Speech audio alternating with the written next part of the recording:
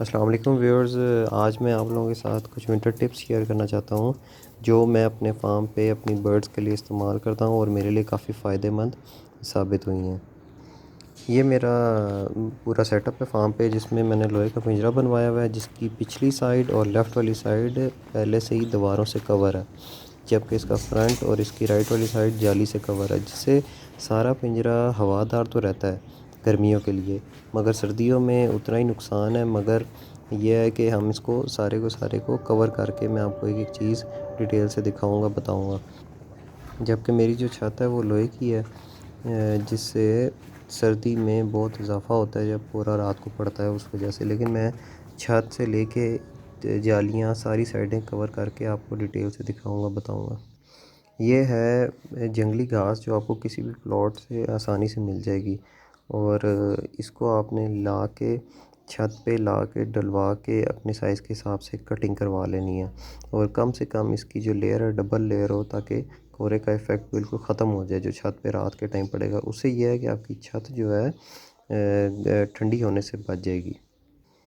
उसके बाद आप फ्रंट वाली जालियों पे आ जाएँ, और राइट वाली जाली है उस पे आपने सारी की सारे को कवर कर देना शीटों से। शीट्स लगाने से ये है कि आपकी पिंजरे में बिल्कुल भी हवा नहीं जाएगी, मगर वो गर्म नहीं करेंगी शीट्स कभी भी उस पिंजरे को। जिसके लिए ये हमारी बहुत आवाम जो गलती करती है वो यही है कि शीट्स लगा के समझते हैं कि हमारी सर्दी ख़त्म होगी, सर्दी कवर होगी परिंदों के लिए। इसलिए आपने शीट्स के साथ शीट्स लगाने के बाद उसके बैक साइड पे या अंदर वाली साइड पे बोरियां लगानी है। बोरियां आपके पिंजरे को अंदर से गर्म भी रखेंगी। जबकि ये ओवरव्यू है सारे पिंजरे का जो हमारे काम हमने किया उसके करने के बाद।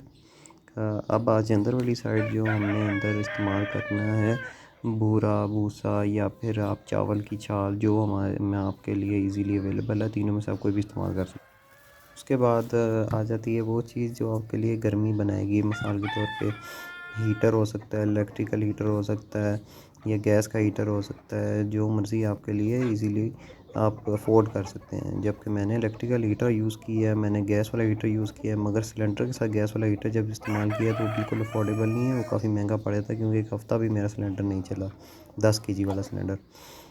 तो जबकि आपने अगर उसमें भी आपने ख़र्चा करना है तो आप वही बिजली का बिल दे के इलेक्ट्रिक हीटर यूज़ करके आराम से कर सकते हैं।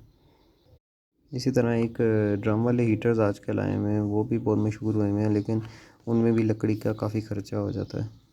उसके बाद आप 100 वाट वाले बल्ब यूज़ कर सकते हैं, मगर वो भी काफ़ी एक्सपेंसिव पड़ जाते हैं और उससे बिल भी काफ़ी ज़्यादा है, लेकिन उतना हीटिंग इफ़ेक्ट उसका नहीं है। उसके बाद आ जाती है केज के साइज़ की बात।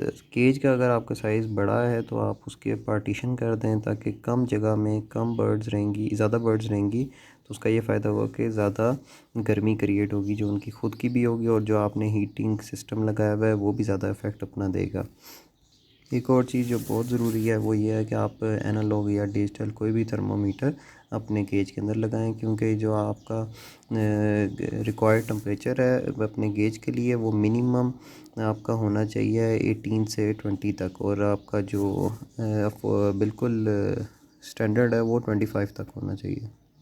आगे आ जाती हैं खाने की और पीने की चीज़ें। खाने में आप ये ऑर्गेनिक फीड दें जो आपको इजीली अवेलेबल है पंजाब पोल्ट्री पे या किसी भी पोल्ट्री शॉप पे।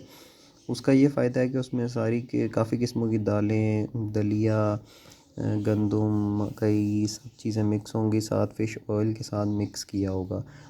ये सब चीज़ें मुर्गियों को गर्म रखेंगी विंटर में। इसमें आप साथ ऐड कर सकते हैं जो भी आप लेयर की अगर फ़ीड डालनी है वो मिक्स करके आप डाल सकते हैं, उसका कोई मसला नहीं। बाकी जब पानी में है, पानी में आप हफ़्ते में, एक हफ़्ते में 2 दफ़ा या 3 दफ़ा आप विटामिन ई का कैप्सूल मिक्स करके डालें।